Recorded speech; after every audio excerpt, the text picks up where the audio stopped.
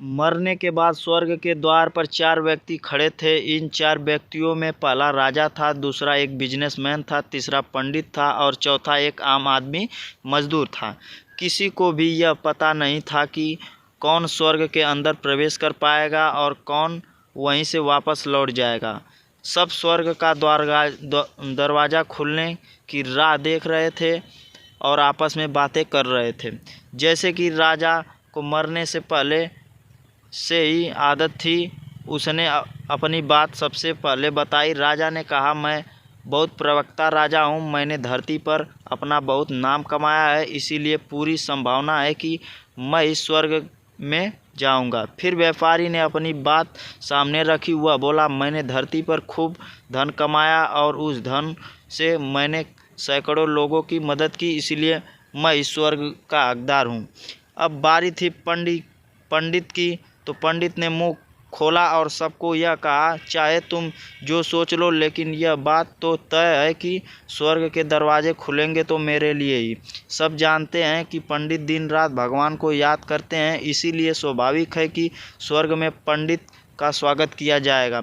जब सब ने अपना अपना पक्ष रख दिया, तब सबकी नज़र उस मजदूर पर थी जो चुपचाप अपनी नज़रें झुकाए बिना कुछ बोले वहीं खड़ा रहा। स्वर्ग का दरवाज़ा खुला और वहाँ पर एक देवदूत आकर खड़ा हो गया। देवदूत के हाथों में एक पुस्तक थी जिसमें इन सभी के कर्मों के बारे में लिखा हुआ था।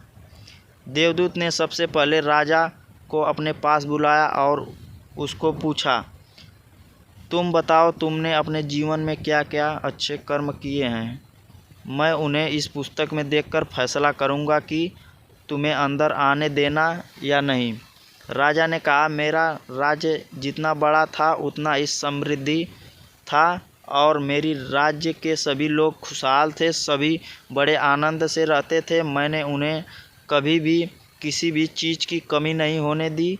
यही मेरे अच्छे कर्म हैं। देवदूत ने अपने पुस्तक में देखा और देखने के बाद राजा से कहा, तुम सच बोल रहे हो। तुमने अपने राज्य की प्रजा को बहुत सुखी रखा, लेकिन तुमने अपने राज्य की सीमा बढ़ाने के लिए जितने युद्ध किए थे, उन युद्ध की वजह से हजारों सैनिकों ने अपनी जान गंवा दी। उन हजारों सैनिकों के परिवार के दुख का कारण तुम बने, इसीलिए तुम स्वर्ग में नहीं आ सकते।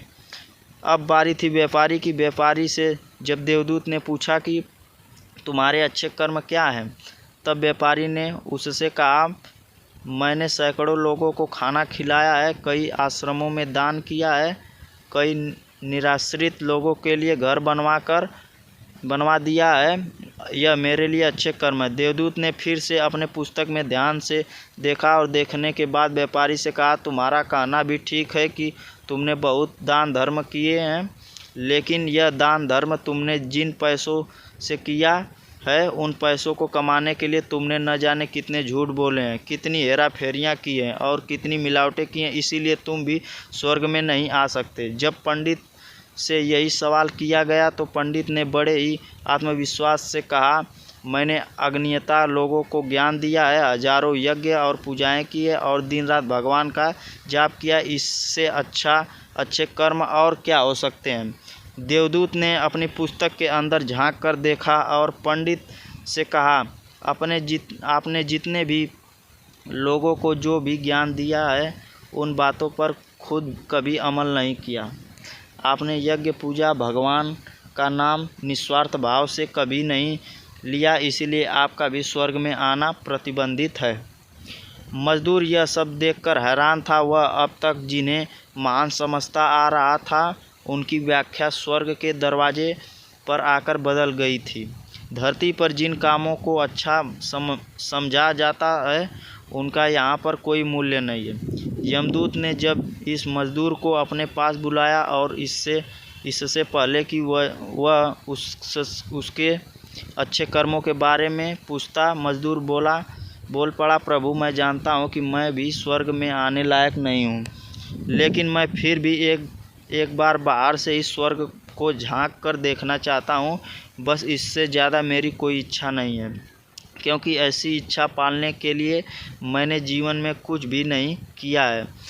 मैं पूरा दिन मेहनत करता और जो पैसा कमाता उन्हें अपने परिवार के पालन पोषण में खर्च कर देता। इसीलिए दान धर्म के लिए कुछ बचता ही नहीं।